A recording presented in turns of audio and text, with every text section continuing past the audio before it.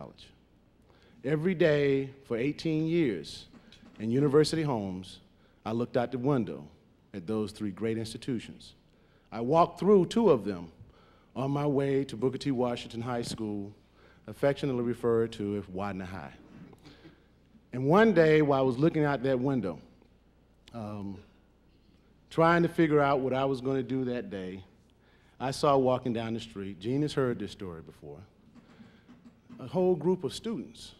See, I lived in the projects. They normally never walked down my street. They walked a block over because, we always felt that they looked down on us. But that day, they were walking down our street. There was a line of them. And out front, I later learned, in front of them was Gene Duffy.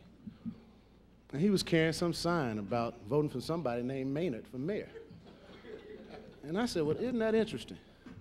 And when I first met Gene some number of years later, I didn't recognize because Gene was felt then. He was slim, with muscles and hair. And behind him was Rodney Strong, his best buddy. And I said, I wonder where they are going and what they are talking about.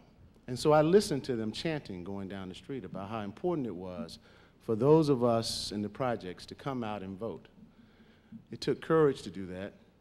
It took courage and emphasis for Maynard Jackson to trust in a college student to put a message out in a hostile environment. But that day it was a message. And my mother heard the message and she said, I don't know what street you walk down one day, but you need to deliver a message also. This is my opportunity. I'm not walking down the street. I hope that some way, somehow, this week has given you something that makes you feel like you can make a difference. NASP can and will make a difference. Thank you, Maynard, for letting people know that all of you may not like it. But I will tell you something, there's no way I can stand in the shadow of these great men and women and not do something strong. My mother told me a story once as I was being a little bit, she was a 5'1" woman. I think she was actually less than 5 feet tall, but in her vision, she was 5'2", so that's what I decided she was going to be because I liked the taste in my mouth and I did not want it knocked out.